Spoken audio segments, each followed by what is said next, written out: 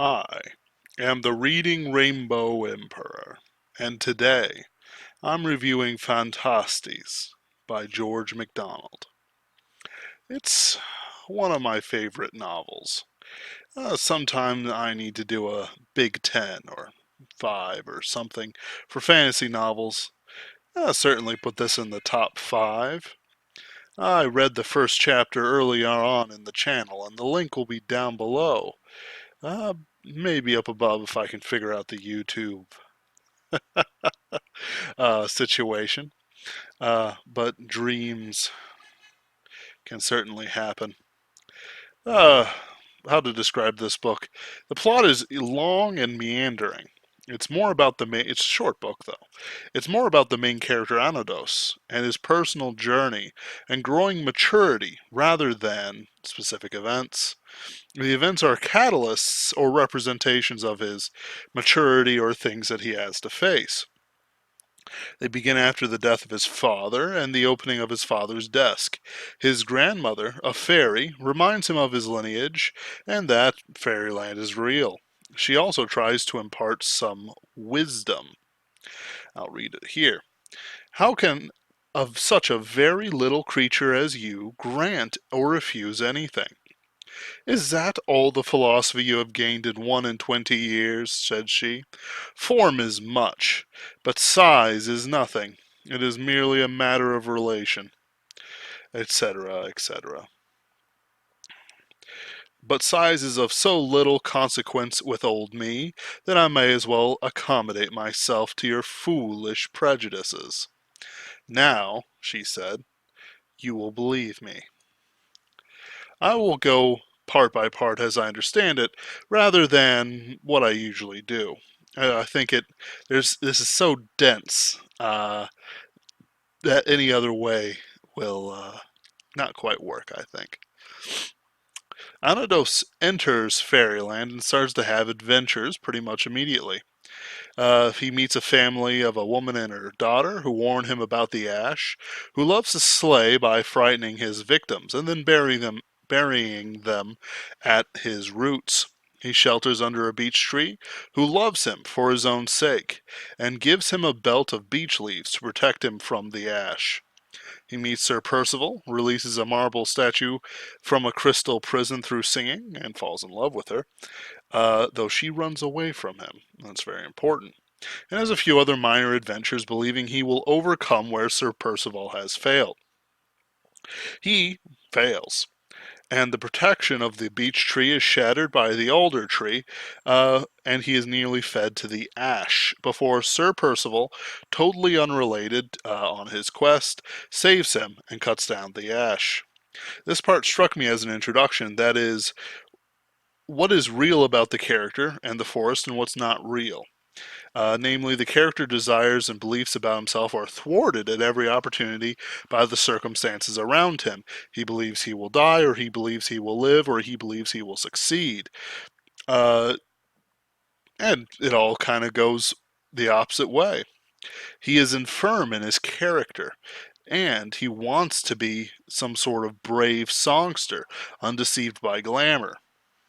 Yet it is glamour of the alder tree that nearly slays him.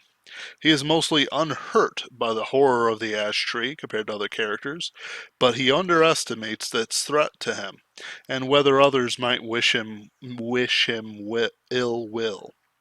Uh, the alder pretends to be his lady love, yet he can't see it. Ultimately, he is saved by good timing, not anything he ever does. He is unable to make the right decision because, as his grandmother says, he needs people to act in a way that he expects them to act, rather than rolling with the punches. Fortunately for him, the ash is slow, and Fairyland wishes to take it slow, let him immerse himself, rather than throw him in all at once. It is at his speed. Once he experiences failure, it nearly leads to his death, except for the interference of another, and only very tangentially by his own presence. Sir Percival would have been directed to fight the ash regardless of Anados's presence. He moves on and spends some time with people. The women who believe in fairyland and the men don't. The father does it with bad grace but good humor, while the son is sarcastic and sly. The son leads Anados to an ogress, who perhaps might just be an old woman, and the ogress tells Anados not to open her closet. He does, and he gains a shadow. The shadow ruins the magic of fairyland. It turns princes into dirty boys, kills imagination, and forces Anados to see the world as it is, not as it could be or as it should be, which are very different things. The shadow sticks him in the real world in a cynical, depressive fashion. He meets a maiden who is carrying a singing ball and destroys it by holding it too hard, on purpose. Not that he knew it would blow up, he just held it too hard on purpose. He seduces a girl to give him a kiss and then sees her as she will be old, as well as when you look at people you might have affection for, many times their physical flaws are overlooked. That was stripped away from him, and he saw her as she was, and how she would be old, of course. It ruins the fun of the fairies and the goblins he meets. It keeps him from forming a relationship with Sir Percival, who might have been a replacement father to him, and show him the courage of a good man. When it was written, depression and other mental imbalances were not quite understood. Personally, I view it equally as a metaphor for depression and cynicism. I view the two as being connected, assuming, of course, there's no chemical imbalance. As depression is a disorder that affects the mind chemically as much as physically and psychically. It is exacerbated by the cynical approach in life. Essentially, cynicism attacks philosophical antibodies that would otherwise form to defend the mind. Simplistically, and again, this is very simplistic, hey, this ain't so bad. Life has meaning and I'm working for it, or I can do it, or this too shall pass, any number of things, and so can no longer have the effect they might have. Cynicism works for some people as sort of a buoying thing, much like how some people feed off of conflict. Take Puddleglum for the Silver Chair or Han Solo. Not that they were pure cynics, of course, just that they were on the spectrum of cynicism. It doesn't mean that they were depressed either. Rather, the shadow takes the magic and the spiritual from the objects it passes over. They become common and normal. The magic passes away and you can't see it anymore. In Christian terms, you no longer see the individual as a child of God, precious and lovely to him, even if you can't muster the same feelings. Rather, you say, ah, just some flowers moving in the breeze. Ah, just a dirty peasant. Ah, just some bread and water. It's a sordid way to live. It's only winter and never Christmas. Then he moves on to the Fairy Queen's palace where he spends time exploring, looking for the lady he freed from the statue. He hangs out and reads books. There's actually some quality to one of them, and I like the one with Cosmo in it. I will be reading it sometime in the future. In the end, he discovers where the fairy nobles hold their dances, and within, he finds the lady who was a statue. Let's see here. He sings to her to try and draw her out, but he makes a mistake. Ever as I sang, the veil was uplifted. Ever as I sang, the signs of life grew, till, when the eyes dawned upon me, it was with that sunrise of splendor which my feeble song attempted to re-embody.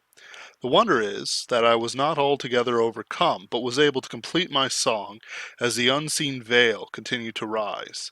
This ability came solely from the state of mental elevation which I found myself. Only because of the uplifted Only because uplifted in song was I able to endure the blaze of the dawn, but I cannot tell whether she looked more of a statue or more of a woman. She seemed removed into that region of fantasy where all is immensely vivid, but nothing is clearly defined.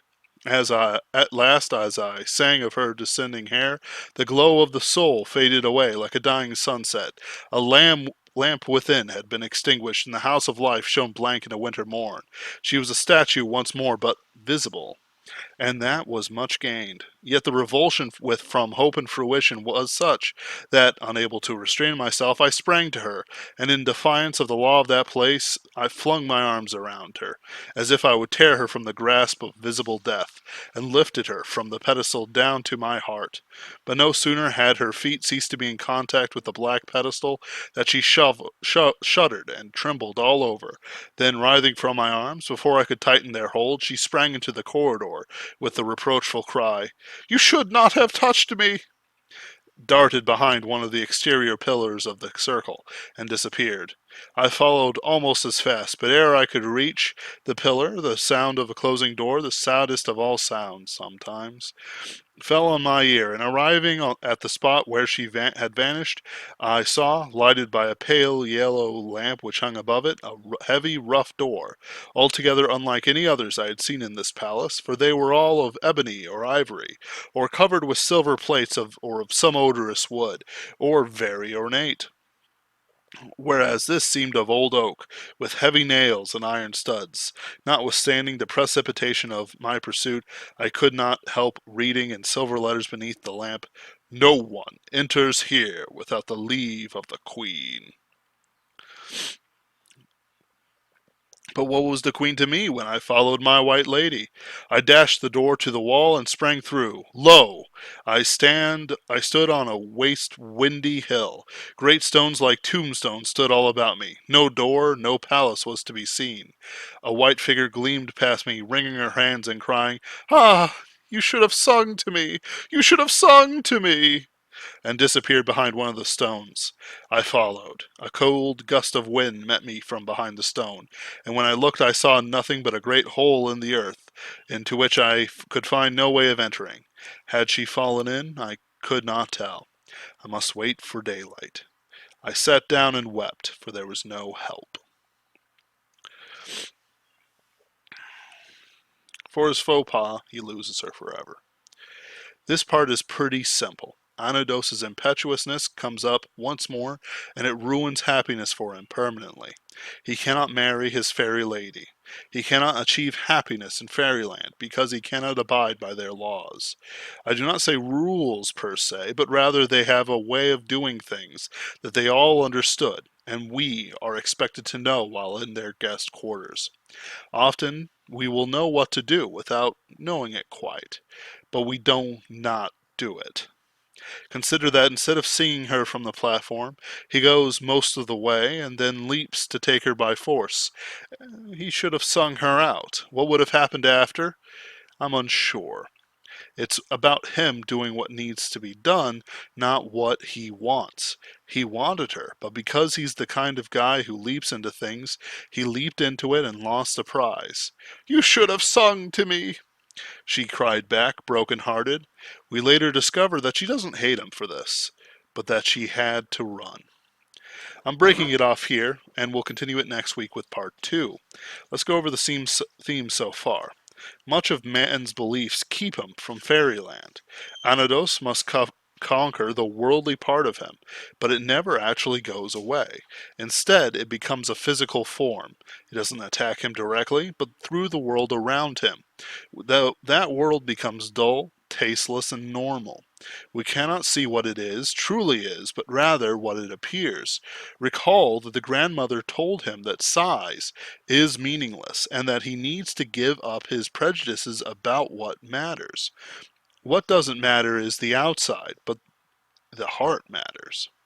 Now don't get me wrong, the outside sometimes tells you how a person's heart is. What a man consumes, a man expels, if you get me. But this is fairyland, and George Macdonald is a master storyteller, so most people are good on the inside, and are good on the outside as well. I am not, or anyone else here, just what you see. I have a history, dreams, and drives. I have love, I have good deeds, I have family, and I have potential. I have hate, I have evil deeds. I have not made my own family, and I can waste that potential. If God could reveal me or others as he sees us, I'll read from a book. The Dark Avenger's Sidekick by John C. Wright. It's not quite as good as Swan Knight's Son, but it is still quite excellent. Let's see here. The scene changed. She saw no root wolves. The men who stood looking on all now were handsome, bright, and beautiful, but foul raiments, rags, and tatters of filth clung to them, as if they swam in sewage. Maggots and loathsome insects covered their beautiful faces.